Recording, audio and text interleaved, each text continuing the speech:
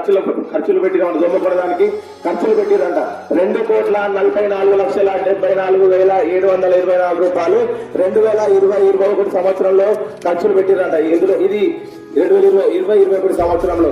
అలాగే 2021-22 సంవత్సరంలో 1,46,37,361 రూపాయలు మన గ్రామానికి ఖర్చు పెట్టిరటమ్మా. అంటే మోర్ల విధంగా కావచ్చు, మోరీల శానిటేషన్ విధంగా కావచ్చు, స్కూల్లో కావచ్చు, ఏదో విధంగా అన్ని విధాలలో 1,46,37,361 రూపాయలు 2021-22 ఖర్చు పెట్టిరమ్మా. అలాగే 2022-23 సంవత్సరంలో 1,76,90,615 రూపాయలు ఖర్చు పెట్టిరమ్మా. మన దోమకొండ గ్రామానికంట 1,76,90,615 రూపాయలు మన గ్రామానికి 2022-23 ఖర్చు పెట్టిరామా.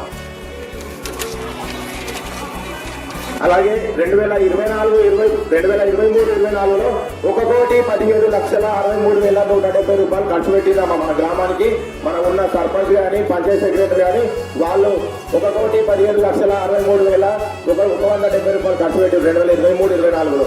2024-25లో 85,37,35,037,45 రూపాయలు ఖర్చు పెట్టిరామా.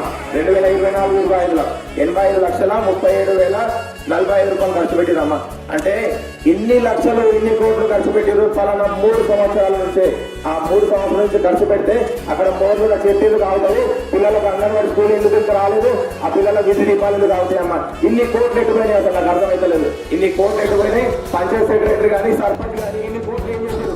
ఒక్క యువకులు అడగలేదమ్మా మీరు. ఒక్క యువక నా జీతం అక్రమంగా సంపాదిస్తే ఈ నాకు వచ్చినట్టు నా ఖాతాలో ఉన్నటువంటి పైసలు కానీ డబ్బులు కానీ సొంత పేరు మీద ఉంటే ఈ గ్రామ ప్రజలకి చెందకట్లా అని చెప్పేసి బాండ్ పేపర్ కూడా రిలీజ్ చేస్తున్నా. అంత ధైర్యం కోసం ముందు వస్తున్నా. నీకు తమ్ముంటే, నాకు అడిగే తమ్ముందే, నేను అభివృద్ధి చేసేంత నాకు తమ్ముంది. మీకు ఓటు వేసే తమ్ముంటే ఒక్కసారి నిరూపించుకోండి అమ్మా. మీకు ఓటు వేసే తమ్ముంటే ఒక్కసారి నిరూపించుకోండి. ఒక్క రూపాయి కూడా మర్చిపోండమ్మా. ఒక్క రూపాయి కూడా సంపాదించారు, అక్రమంగా సంపాదించారు, బాండ్ పేపర్ రాసిచ్చి మరి చెప్తున్నామ్మా. ఒక్కసారి ఆలోచించండి.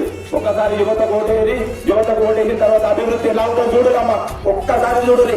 అభివృద్ధి అంటే ఎట్లా చూపిస్తా, రాజకీయం అంటే ఏదో చూపిస్తా, అభివృద్ధి అంటే చూపిస్తా. గ్రామ పంచాయతీని తెలంగాణలోనే నంబర్ 1 గ్రామ పంచాయతీగా చేసి చూపిస్తా. ఒక్కసారి ఛాన్స్ ఇవ్వమ్మా. అవకాశం కోసం ఎదురు చూస్తున్నామ్మా. అవకాశం కోసం ఎదురు చూస్తున్నా. అభివృద్ధి చేస్తానని ఆశయంతో వచ్చిన, వేరే ఏ ఇతర ఆలోచనతో రాలేను.